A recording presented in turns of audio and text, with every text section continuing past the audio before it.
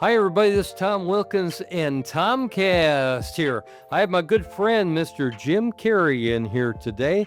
And Jim, good morning. I guess it's morning, although it's a little dark in here. Good morning, Tom. How you doing I'm today? doing great. I want to go ahead and focus on who is Jim Keary, first of all. Jim, where were you born, for instance? Let's go. I don't know. Can you think back that far? We can go that far back. Okay. All right. Good. Actually, my dad was a civilian employee for the Corps of Engineers and met my mom in Little Rock. He Oh, was before World War II, okay. and he came down to expand the office for the Corps for building the Arkansas River Navigation Project. Met mom. They got married, um, and they moved down to Texas for a project down there that the Corps was starting, and after the war they were in Kansas City, and then he went out to Columbia River Project in Washington State, and that's where I was born, in Walla Walla, Washington. Out in the middle of nowhere, or where's that at? It's in southeast Washington State, Okay. near the Columbia River, and it's almost it's about 30 miles from Oregon, and we lived there till I was about a year and a half old. Okay. Where'd you go to school when you got into the junior high and high school years? In Little Rock, I went to Holy Souls School. I started actually. We lived in before we got to Little Rock. We'd lived in Chicago and Waco, and also in Washington D.C. Wow. area. And by the time I was 8, my dad died when we were living in Washington, and Mom, being from Arkansas, she was born in Wynne, All right. and so we went back to Arkansas. My 2 sisters, my brother, and my mom, and lived in the second story of my grandma's house for 6 months. Oh, wow. And that's one I always had to meet new friends all the time, and so that's the reason why I have a easy time meeting people. And Sure. as a kid, I was having to go find new kids in the neighborhood. Now, so in the high school years, you were in Lynn? No, we were in Little Rock. You were in Little Rock. Right. Okay, I just wanted to clarify. Grew up there, went to college, and had gotten into newspaper writing, and had worked like the North Little Rock Times, and Really? I'd gotten into it. I was working in college. I was a business major at the time, and worked for the Old Arkansas Gazette in their circulation department. Wow. And What years was that approximately? I was in the 70s, and Okay. I got interested in. I'd always written in high school and on the newspaper, and but also write press releases for the high school, and I started off first job that I had was actually an internship at the North Little Rock Times. Wow. And that's been a long time ago. Well, ironically, my dad was the advertising manager, as I recall, of the Gazette back in the day before they wound up. He got a job up in Wisconsin where I grew up, and my brother is 9 years older than me, but they moved to La Crosse, Wisconsin. And he became the advertising director of a huge paper there too. Oh. And so that's it's how full circle, how close things really are. That's been a long time ago, of course. But okay, so we get you into college, and then what? Well, then the first paying job I had was as a sports editor at the Jacksonville Daily News, and in Jacksonville, Arkansas. Okay. And we were talking about Galen earlier. Mm-hmm. Funny story about him was that was the year that Jacksonville had a state championship team. And when I first met Galen, I said, I know that name from somewhere. Well, he was on that team. He was a junior. Really?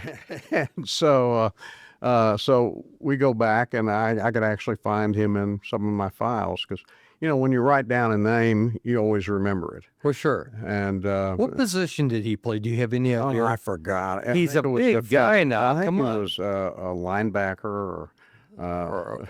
Okay, I see him in the line somewhere, at least today. Yeah. If he were to play, he'd be in the line. And his dad was head of the Booster Club. So, and his name Family was up there in Jacksonville. wow, And very interesting. then I was hired. I was hired as a managing editor up in Carroll County, Arkansas, and Berryville and Eureka Springs. I ran two newspapers there: the Star Progress and the Eureka Springs Times Echo. I'll be darned. And that was my first foray into management.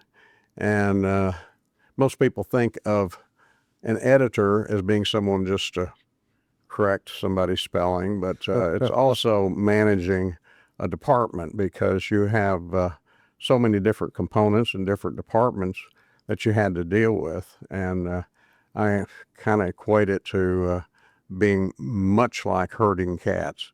Right. So that's you're sending people out, you're hoping that they're doing their stories and instead of going shopping.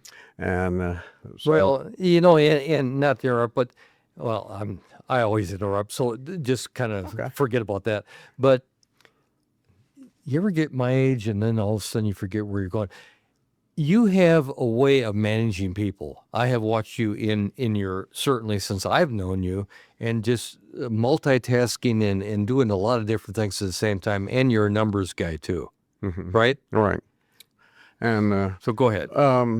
Well, I always, I get from the very beginning, I like working with people, and especially people who work for me. Right. I don't believe that it's a traditional boss employee thing that you have a partnership there, that you empower them to do their jobs, to make decisions, and I always tell them make a decision. Yeah, we'll tell you if you're right or wrong. If it's wrong, okay, we'll figure it Be out. nice about it. Yeah. And just don't do it again.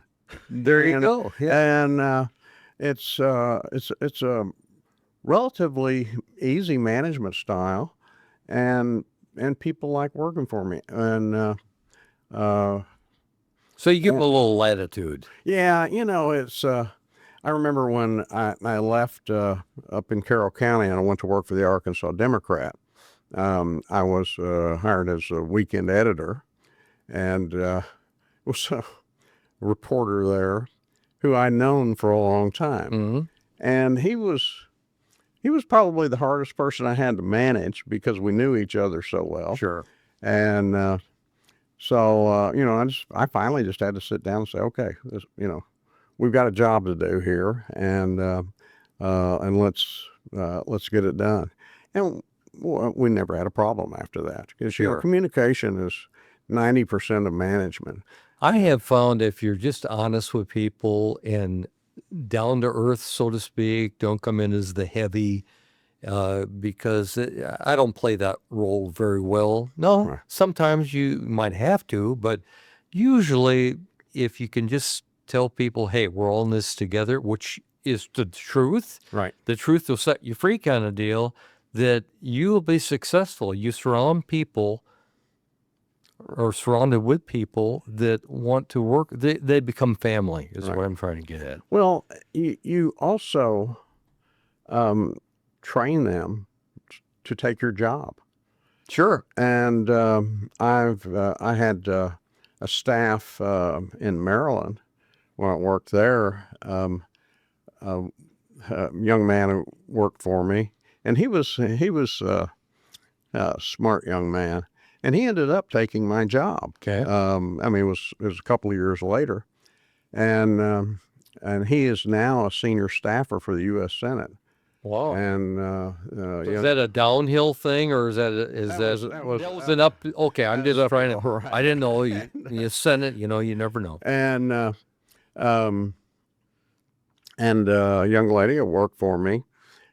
She's now a member of the state legislature in Maryland. Wow. And she became a manager in the Office of Central Services.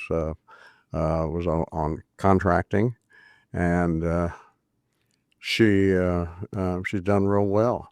Another young man that he was actually a graphic artist for me is now head of a department. So they learned how to manage people and how to manage an organization just doing their job because they were empowered to do it, and they were able to make decisions. And that's mainly what it's all about. Sure. Is how to decide how you're going to do something. And I then we came back to Arkansas. Let's cut right there for just a second because we're going to take a little commercial break here. Okay. But I find myself here. I'm listening to myself in my comments, going, "Wow, wow, wow."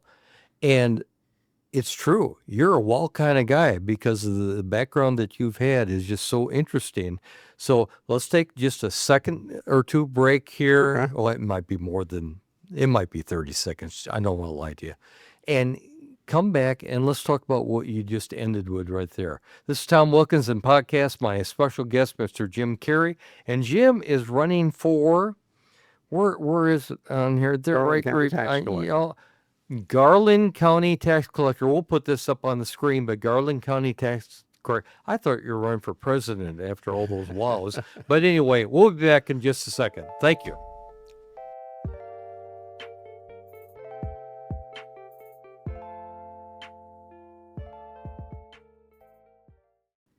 And we're back, and this is Tom Wilkins, TomCast here, and I got on my right over here, maybe on your left, I'm not sure, but on my right is Mr. Jim Keary, and Jim is running for the county tax collector. What does that mean? What is it? Just somebody collects taxes? Yes. It's an elected position that bills everyone for your property. Can we just do away with those taxes? I mean, come on now. I'd have so much more in my pocket. If that's what the people want. Let's go back to Maryland. Let's go back to that. Well, I was I left. I'd worked for the Arkansas Democrat during the newspaper war between the Gazette and the Democrat, and back in the John Robert Starr era, Right. which was an interesting thing. And John Robert was probably one of the best managers that I ever worked for. A lot of people considered him to be an old ogre, but he would always back you. Okay. And I worked for them for about 6 years and was hired at the Washington Times and in Washington. Actually, Wes Pruden, who was the managing editor at that time, was from Little Rock.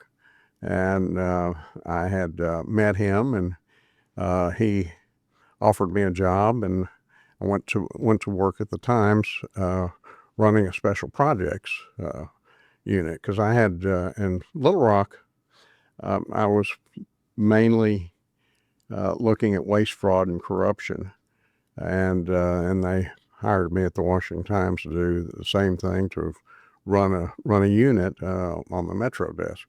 It was I never covered the White House. I never covered Congress. Mm-hmm. I covered the dark underbelly.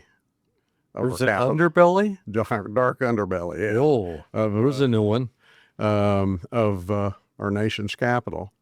Like the night that Marion Barry was arrested. Mm-hmm. I was there at the Sally Port at the FBI headquarters, along with about 150 other journalists, waiting for Marion Barry to be driven out of there. And the thing that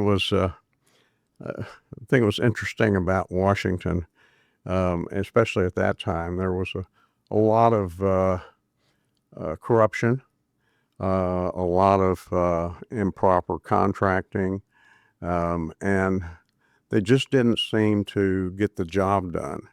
But while we were waiting there was a steam vent right next to us, and there were 4 homeless people sleeping on the steam vent. Warm or what? Yeah, well, it was part of the city was heated by steam. Okay, all right. And it was just a vent. They came out of the ground, or It came out of a vent right there in the sidewalk. Wow. And they were sleeping there. huddled around there, huh? Yeah. And it kind of showed you some of what D.C. Was about. It's not just the Capitol or the White House. It's the mall. There's other problems that go on there. I spent a lot of time actually uncovering contracting irregularities in their sewage treatment plant. Really? Yeah, I mean, one of the most strangest thing was they spent millions of dollars on a building that they called a central maintenance facility, and they added $1 million atrium on the front of it. And Now, what year was this approximately? oh, this was in the 80s, 90s. Really? So that'd be a lot more today's money, Yeah, right? Wow. and but it was still $1 million. Yeah. And I had worked as weekend editor for the Times, and we're talking about a large daily newspaper, and having numerous reporters, and you had a complete different department that was the photography department, and you'd have to work with their editors, and then make sure that the newspaper got out the next morning. You have a deadline every day in the newspaper. And, some people look at deadlines that are 6 months away. Sure. And, Sure. And so I've never been afraid of a deadline. But, Sometimes deadlines, though, I mean, I always wait till the last minute on everything. But some of my best work has been when I've been under pressure to get it done. well, you're putting together a book every day. Yeah. And that's, it's, it's one of those things that you can get your best work done, but you're also under pressure, Yeah. and you get it done. After that, I had met a man. He was a prosecuting attorney in Maryland, and he was from South Carolina. Oh, wow. And so we had a kinship on both being from the South, because Mhm. a lot of people that are in the D.C. area are from the Northeast, and so being from the South, we both like catfish, Yeah, you both like connected, yeah. fishing, and Yeah. so he was elected the county executive in county of Prince George's County. So is it like a city manager, or what is that No, like? county executive is like a mayor. Okay. In Maryland, they have incorporated counties that you have a police department, fire department, planning, there's health department. I mean, it's like a complete city, but it's run by the county. All right. And so he was like the mayor, and had county council, which is like a city council would be in most cities. And so he hired me to run their communications in there, and I had a staff of it was around 12 people that were writers, photographers, graphics people, and we did all the communication, including public relations, and marketing for the county, and he hired me because he knew I was I was trustworthy, and Get it what you did. and I remember first week I was there. I was about 7 o'clock at night, and everybody was gone. I was able to get some work done, and I look over, and he's sitting in a chair in my office, and I said, "Jack, are you lost?" And he says, "What are you doing here still?" And I said, "Well, somebody's got to turn out the lights." And but that was some of our best talks because he knew I wouldn't. I'd tell him the truth, what I felt about stuff. Right, and you took your job serious. And he may not listen to me, but at least he knew how He I had felt. listened. And Well, and he and one of the things that I did too was you would receive information because I worked for every department, and even believe it or not, there was a revenue office, which was a tax collector at for the county, and worked with them mainly for marketing on reminding people that it's time to pay your taxes. And also we worked together to find ways to where people could pay their taxes with a credit card or electronically. okay. And we used websites, and we used social networking was not like it is today, but we did web pages, and were able to get information out to people that was useful to them. Wow. Okay, so where did life take you after that? Well, it was actually my boss was term limited. He had 2 terms he could serve, and so I remember my wife asked me, "What are you going to do after this is over with?" And I said, "I plan on retiring." And she says, "We can't retire." And I said, "Yeah, we can." Well, she goes to work, and she looks at her finance. She comes back and she goes, "You, we can retire." And I said, "Well, I never said we." Yeah. And so but our plans always were, our kids got them educated. My stepson went to Virginia Tech as an engineer, and he works. He's a patent examiner today, and he's also an attorney. Has 2 kids, and our stepdaughter is an accountant up in Connecticut. She works for a microphone company, Wow. and has 4 great granddaughters, and 2 of them have graduated from college, and the other 2 girls are they're twins, and they're graduating at the end of this year. So and so we came back. Hot Springs was home to Linda, and her parents both had died a few years before we came back. Her brother still lived here, and we found us a house online, and bought it, and moved back. And the last thing I intended to do was to get back into politics, and because you had to. Actually, it was always kind of strange that I was looking into waste, fraud, and corruption with government, and then I ended up going to work there. I remember the day that I sat down and I went, "Oh my gosh, I've become a bureaucrat." So, but Wow. Yeah. and But you don't want to be part of the problem. no. You want to be the solution. Right? Well, we kept a lot of people out of trouble. Well, and once you get into politics, poly meaning many and ticks meaning an insect, right? Mhm. That's what's all Right. But good people getting in these positions, it can be tough getting to that point. Right. It can be tough. And can you withstand? Can Jim Keary take some of the punishment with people, oh, that Jim Keary, he's this and he's that, without even ever knowing you as a person. I'm just generally talking here. But that's one thing I entertained for years on stage, 6,000 shows. Thought it was a nice guy until I got into politics, Republican.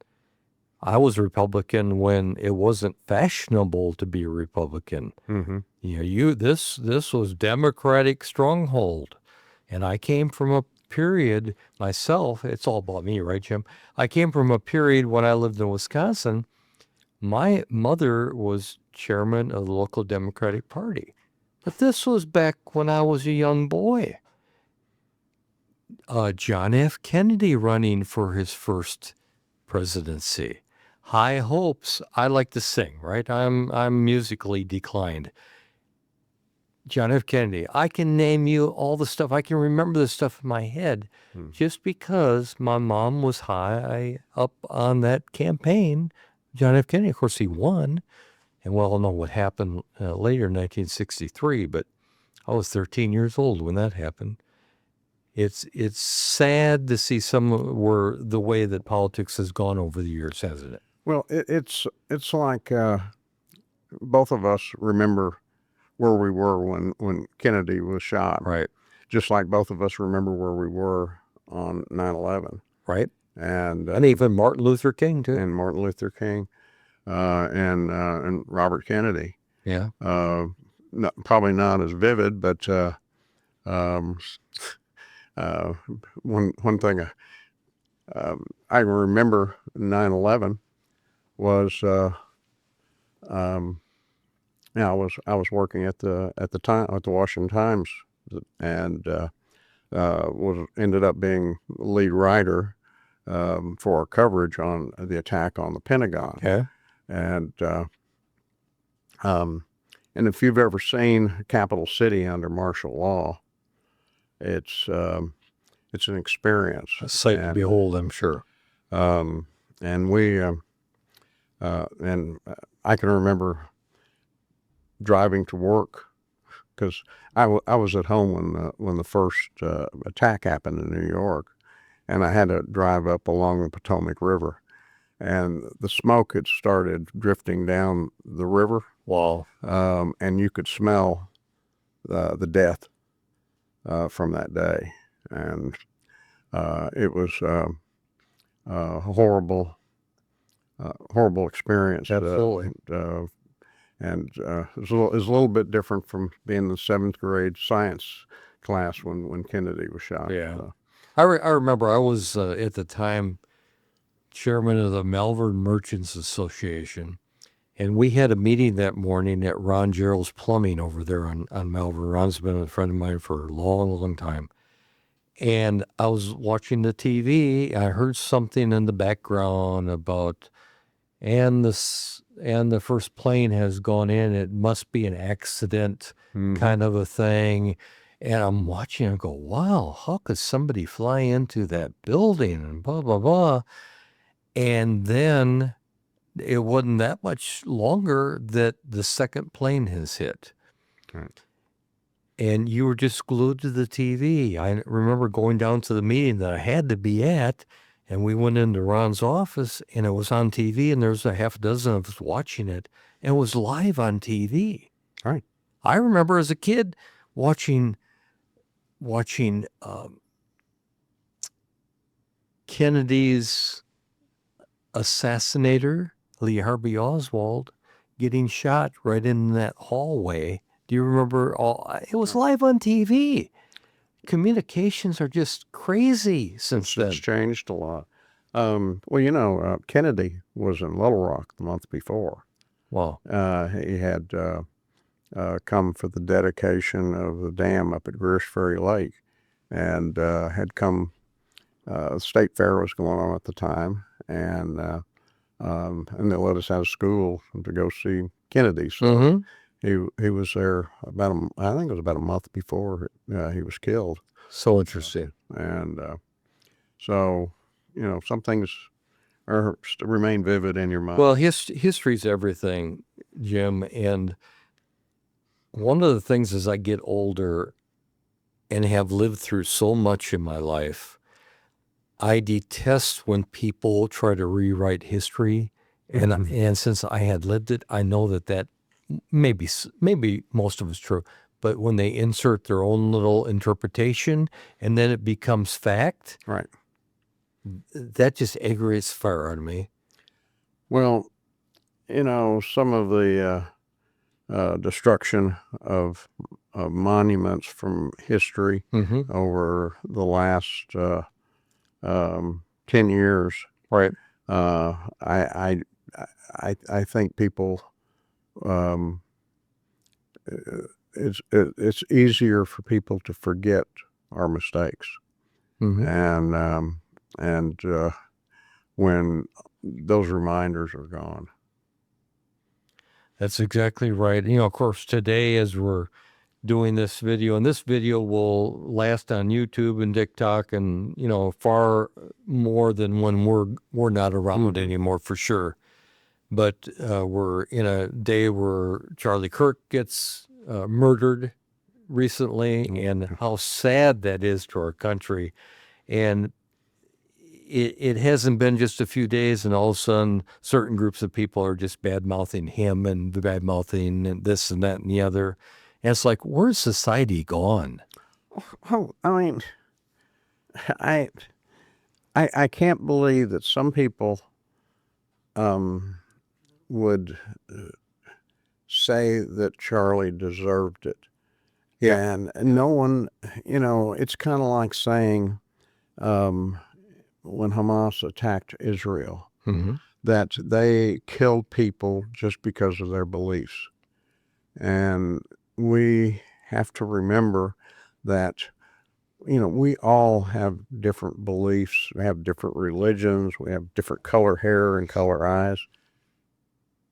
But, we're all human beings, and losing your life over just what you believe and what you say is wrong. And this man gave everyone he ran into the opportunity with a microphone to say, prove me wrong, prove me wrong. And most of the accountability, I've been following him for a long time. All of a sudden, the liberals, they don't have answers to everything, but they want to gripe. But I don't want to get off on that. This morning, I was watching television, which news, I'm a newsaholic, and I saw Netanyahu and Marco Rubio on there. He was at the wall, and they were looking at the prayers, putting prayers and everything. And I said, "Where's my boy? Where's my homeboy? Where's Governor Huckabee at?" And it panned, and Mike was right there. And Right. Mike's been a long time friend of mine, and I saw, good for you, good for you being there at that moment. But I know that. Let's talk about your involvement in the local Garland County Republican Party. Well, actually, I was kind of just retired, and Rick Davis, our former county judge, he came to our men's breakfast, and he was talking about how he was trying to build a jail. Right. That one of the things that I found most distressing was he was talking about how he was having to move money around from department to department To make it all work. in order to pay the bills at the jail. Right. And one of the things I used to do every year was in Maryland was to go to community events and talk about the county's budget. And I went up to him afterwards, and I said, "You can't do that. You can't go moving money around. You have to budget it. And, you have to be fiscally responsible." Right. And I gave him my business card, and I said, "If I can help you in any way." Let me know. And so I ended up on a steering committee on the campaign for the jail or the detention center. Right. and it got built, and that was my first Taste of local politics. local politics, and um, and it's and since that time, I've worked on and run countywide campaigns, campaigns for justice of the peace. Three of our judges that we have in office now. Okay. I ran three of their their campaigns, and had no intention on running for office myself. And in fact, when I joined the county committee about 10 years ago, that wasn't my intent. My intent was to help the party get stronger, and I did it. One of the ways was making Lincoln Reagan Day dinners, which are our major fundraising, more profitable. And they had gone to smaller venues. I said, let's go to a larger venue, and we did, and they're still doing it today. Mm-hmm. I haven't been involved in Lincoln Reagan Day dinners. It's best to train people Sure. how to do things, and Let them do it. let them do it. And then you On well, and it's like the one that they've got now. I get a couple of phone calls a week from Galen, the chairman. Sure. What do we do with this, or what do we do with that? And I'll give them a couple options, and then and they'll have a good event. And I've of course, Galen's set where you're sitting right now, and I got to know him. We've been to lunch together, etc. And I like his style. I like what he does running the meetings, and seems very organized and whatnot. You've gotten up and spoken more than once that I've heard, and he just seems to be fair to the people that he needs to be fair to. And of course, the meetings you walk in and boy, there's a lot of people there. Right. Well, I served. Well, Matt McKee had asked me about 8 years ago if I would serve as secretary, and the position was vacant, and treasurer was having to do both duties at the time. Correct. And so I ran for it and was elected to secretary, and I served 2 terms. And midway through the second term, I said, we need to find someone else. I can be doing something else, and and train somebody. But towards about second year of that term, our treasurer got sick and had to have surgery, and so I ended up doing both duties. Well, really, I was keeping the checkbook is what it was. Okay. Okay. Important. Yeah. And serving as secretary too, which is one of the most important jobs that you can have, because you manage the membership and get people in, and while I was secretary, we had increased our membership, from around 100 to about 140 in about 3 years, and providing a lot more events and a lot more information. And then Marcia Albaugh, who was our chairman at that time, said, I can't find anybody to run for treasurer. And I said, I really don't want to do it, but for the party, I'll do it. Sure. And so I ran for treasurer and served that for 1 term. And I said, you'll get 1 term out of me. And that was I served until the end of last year. Okay. That, Well, let's take our last break here, and we're going to get into why in the heck do you want to do something again? Okay, this is Tom Wilkins with TomCast. We're going to be back in just a second. This is Tom Wilkins. We're back with TomCast here, and I have my good friend Jim Keary here. But before we get into this, I want to say be sure and go to our website, sweetpeaproductions.com. Click on there, and you're going to see everything you want to see. Not only will Jim's podcast be on there, but there will be several others. So all we ask is that you like it or subscribe to it, or what's the last one, guys? Follow us on social media. Follow us on social media, because we're going to be on TikTok, going to be on help me here, LinkedIn, LinkedIn, Instagram, Facebook, and I'm missing one, but hey, you'll figure it out. Go to our website. They're going to all be on there, folks. So now back to Jim Keary here. Jim, I've got this push card in front of me, and it's a really good one. It's got all kinds of information, but I'm here to talk about what you want to talk about. Talk about yourself. It's hard to do sometimes, I know, except for me, of course. Go ahead, Jim. Earlier, it was really about the end of last year. I had some supporters and some friends who came to me and asked me if I would run for tax collector. And I've always been one running a campaign instead of being the principal and the candidate.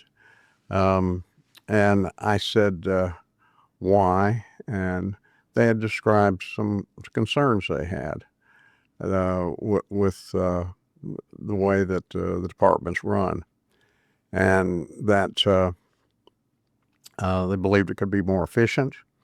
It could be more customer friendly, that more and more people had said like they felt like they were being blamed for something. And I said I would need to think about it.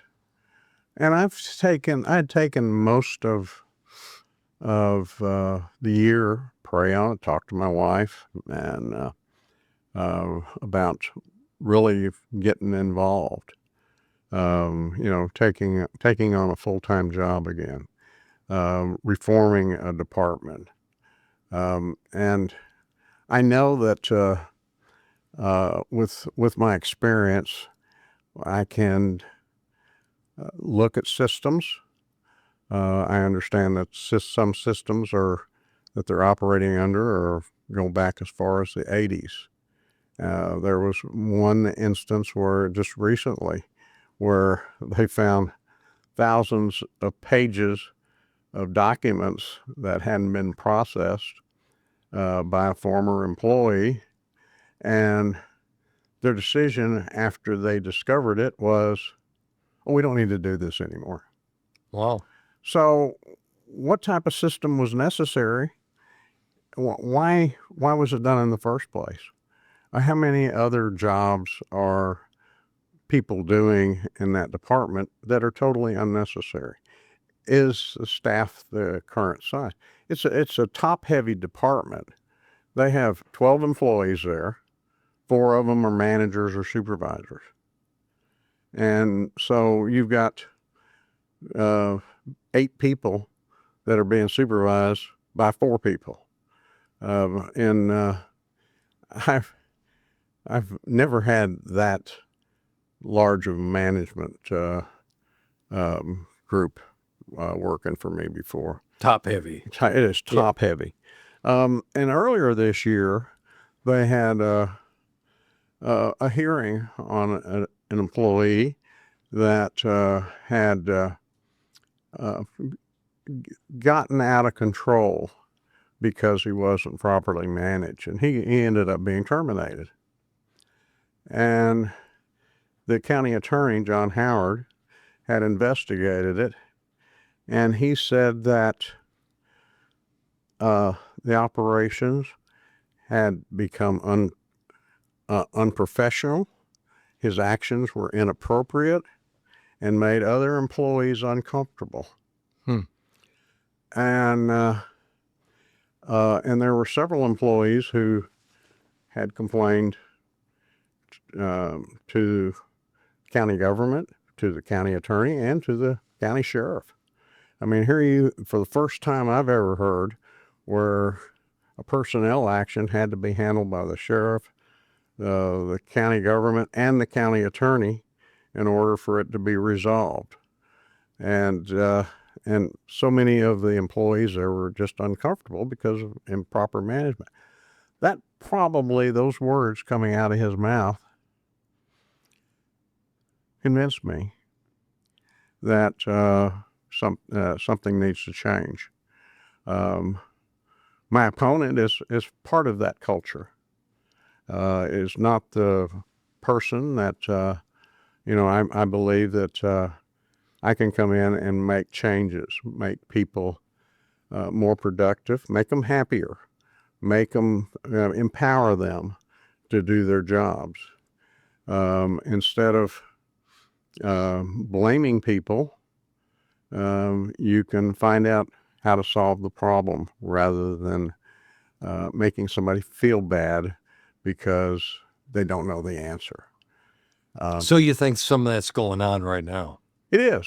It's not some of it. I think. I know. Okay. And like one of the things that just by a decision by the current tax collector, there's a cost of about $100,000 to public safety that she decided that she would make, and you've got to treat everybody the same. One example is there's not any communication. There were 11,500 tax bills that were delinquent this last time. Now, how many of those people forgot to pay their taxes? We get our bills in spring, we pay them in the fall. Right.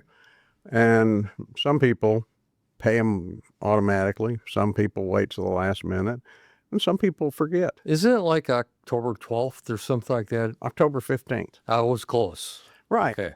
And I know from experience that if you market your services and tell people how to do things, we've got a multitude of, social networking, websites, podcasts, Right.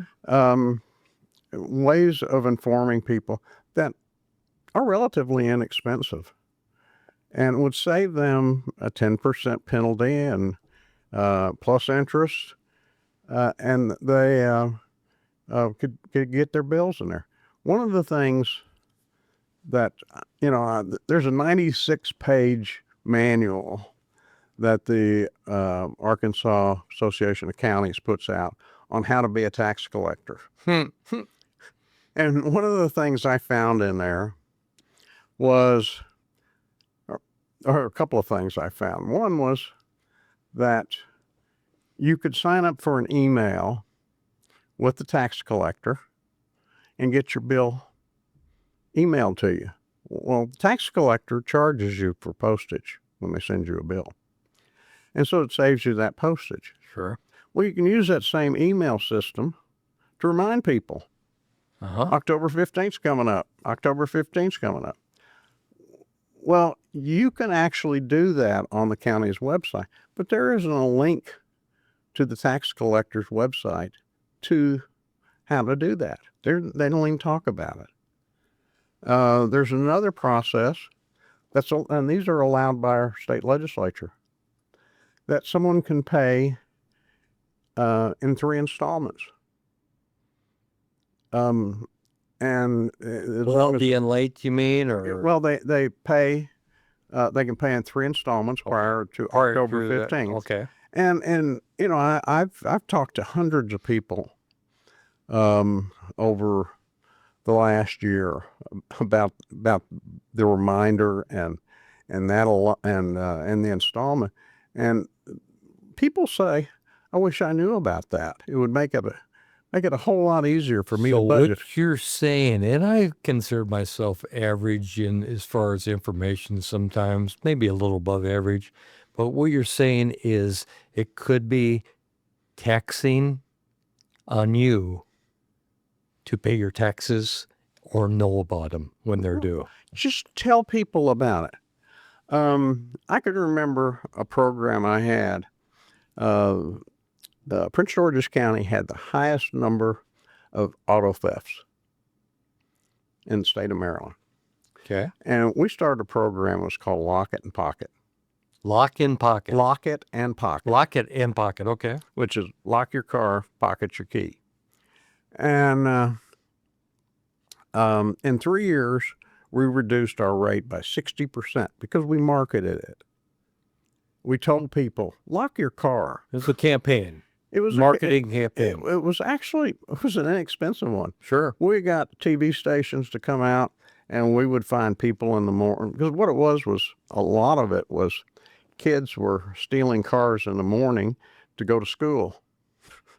And they were stealing cars that were being warmed up in the morning. They just jump in, take the car. Parking lot got full and you auction off the cars, right? And we would go out with the police and find these cars that are running, because it's actually leave unattended car running is, and they wouldn't give them a ticket. They'd just tell them, what's going on. We had TV stations with us.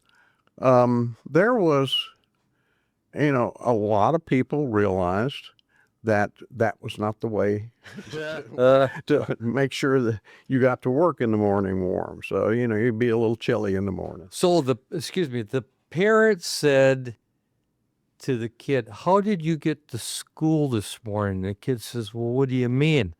Well, you don't own a car, but you were caught driving to school. No, they dump it somewhere. Just dump it. Okay, all right. It's time to clarify that, Jim. All right. No, they instead of taking a school bus, All they were right. driving. Okay. So, Okay. but it was we reduced it, and I don't know what the rate is today, but we had that program for about 4 years, and we did it every fall. Same campaign. Same. It was. Yeah. It was just a continuation. Hey, it we were works, it part. works. I was part of a task force on auto theft, and that was our main marketing. That's something. And just because if somebody can get in your car, and we have the same problem here, that people leave their cars unlocked and they leave guns in there and money, and you read it in the paper almost every day where somebody broke into a car. Right. It's getting harder and harder for me to break into those cars too. But if the car is unlocked, It's not hard to to break into it. No, that's And Jeff, we're gonna start to wind this thing down a little bit, but tell us why really you've talked about it. You've given a lot of great information. You can get your push cards. How can they contact you, first of all? well, they can call me, or email me, but also you can go to my website, which is Keary4Collector.com, and that's 4, with the number 4 Right. in there. And also I've got a Facebook page. Please like it. It is on Facebook, which is Keary4Collector, and or they'll find me on the street somewhere. Sure. You said call them now. What's your phone number? We're going to scroll across the bottom here. 501 Okay. 786-9206. All right. And the website one more time? Is Keary4Collector. That's the number 4 in between Keary and Collector. All right. I'm going to give you an opportunity. We've covered a lot of ground here, Right. and that's good. Why do you want to be the collector? For the people of Garland County, that they deserve to have better services. They deserve to have better customer service. They need to have their questions answered. I had a lady who told me that a friend told her name was in the paper for having delinquent taxes. Well, she checked with her husband, has some memory problems, Mm-hmm. and he couldn't find anything. Well, she goes down to the tax collector with cash in hand to pay their taxes. And she gets there and they say, "Your taxes are paid." And she says, "How did my name get in the newspaper?" And she could not get an answer. Yeah. Um, That's sad. That you that certainly is sad. I mean, I know that's an extreme, that's an extreme issue, but how many other questions could not be answered? That, you're a public servant. I've just about everything I've ever done was to inform people and to make their life better. And one of the worst things we have to do is pay taxes for schools and for police and for fire and for just operations of the government. And the people shouldn't be blamed if there's a mistake. And Are they going to put it in their paper again that we made a mistake on this? And probably not. Probably not. No. Once it's made, it's made. It was just, we don't have an answer for you. Yeah. There needs to be an answer. And You feel that happens more often than not, or? I know of that one instance. Okay. So if it's happened one time, it's probably happened more than once. All right. And also for the employees, that if they are trained properly, if they're treated properly, they're going to treat the customer properly. Right. And I'll be there in the office almost every day. And in fact, I'll be there before it's time to go to work in the morning and to get work done for the people. But Okay. I want you to I'm sorry to cut you here, but I want you to look into the camera right over here and tell these folks that are watching why you would make, by voting for you, you'd make the best choice to be the collector. Well, I've got the experience in business and in management to operate an office that is strictly part of the county government that probably serves people more than anything. Many people don't ever have any contact with the collector's office. They just send in their bill, their check to pay their bill. And but the people who do go in have seen where they don't get answers. I'm one to get answers for them. And also, I've got the experience in marketing to tell people what services are available, how it can make their lives a lot easier. It's kind of like, save a little bit of money just on the postage part. It's not a great deal, but it is a service that should be offered and promoted, and mainly to make or to provide better customer service for everyone, and also make sure that everyone is treated fairly and get the answers that they need. Great. Jim, appreciate it. I've really enjoyed sitting here listening to things I had no idea where you've been in life, and now I do know. And if you forget, you can watch this and remember then. Okay? Is fair enough? Garland County Tax Collector, Mr. Jim Keary, my special guest today on TomCast. Hope to see you again soon. It's cleanup time around here. If you could, please go to our website, Sweet Pea, that's SUITE, P as in Paul, productions.com, and go on there, and if you feel led to, go ahead and and do a Patreon for us. What's a Patreon? Patreon's where you send a little gift, a little monetary something because you appreciate what we're doing here in Hot Springs National Park, Arkansas. The other thing, I want you to know this, absolutely free to like, share, or even subscribe. You can cost you nothing.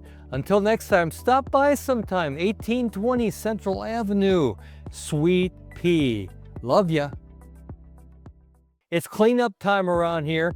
If you could, please go to our website, Sweet Pea, that's S-U-I-T-E, P as in Paul, productions.com, and go on there, and if you feel led to, go ahead and do a Patreon for us. What's a Patreon? Patreon's where you send a little gift, a little monetary something because you appreciate what we're doing here in Hot Springs National Park, Arkansas.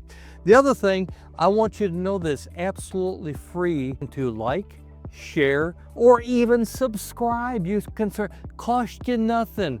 Until next time, stop by sometime, 1820 Central Avenue, Sweet Pea. Love ya.